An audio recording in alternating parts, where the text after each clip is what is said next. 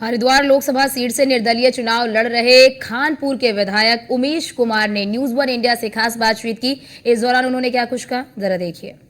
चुनाव के लिए प्रचार प्रसार तेजी से चल रहा है। 19 अप्रैल को मतदान होना है। सबसे रोचक हरिद्वार लोकसभा सीट है क्योंकि यहाँ दो पूर्व मुख्यमंत्री आमने सामने हैं और इन दोनों पूर्व मुख्यमंत्रियों से टकराने वाले उमेश कुमार भी मैदान में हैं। इनसे बातचीत करेंगे। उमेश जी, कैसा चल रहा है चुनाव का प्रचार प्रसार, कितना समर्थन मिल रहा है, क्या कहेंगे? कहाँ पड़े हो चक्कर में, कोई नहीं है टक्कर में।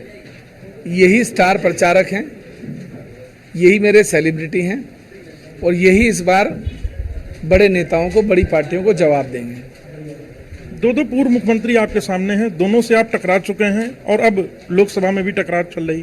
देखिए, मेरा सौभाग्य देखिए, दोनों मुख्यमंत्री वो हैं जिनकी नौकरी मेरी वजह से गई। ईश्वर ने फिर एक ऐसे मोड़ पर लाकर खड़ा कर दिया कि दोनों को एक साथ मेरे खिलाफ खड़ा कर दिया। तो मुझे लगता है कि जनता की विजय होना तय है। इस बार जनता इनको जवाब देगी।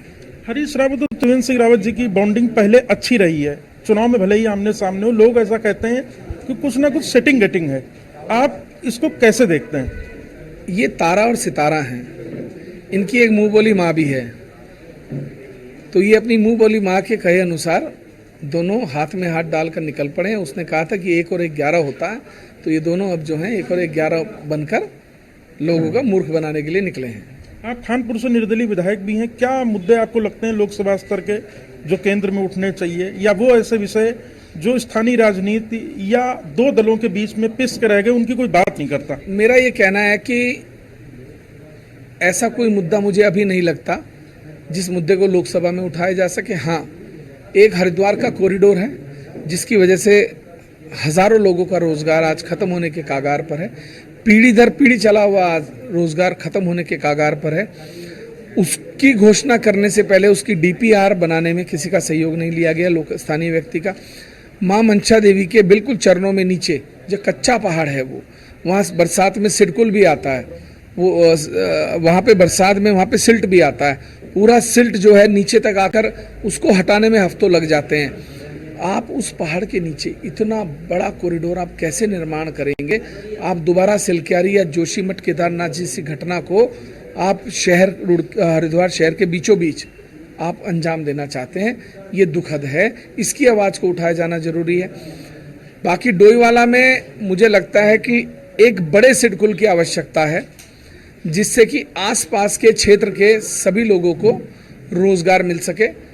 मुझे लगता है कि इससे मुफीद जगह सिडकुल के लिए कोई हो नहीं सकती। यहाँ पर अगर आप सिडकुल लगाते हैं तो एयरपोर्ट पास में है, रेलवे लाइन पास में है, हाईवे पास में है, और मुझे लगता है कि रुद्रपुर और सितारगंज का जो सिडकुल है उससे ज़्यादा, हरिद्वार के सिडकुल से ज़्यादा ये सिडकुल मुफीद है।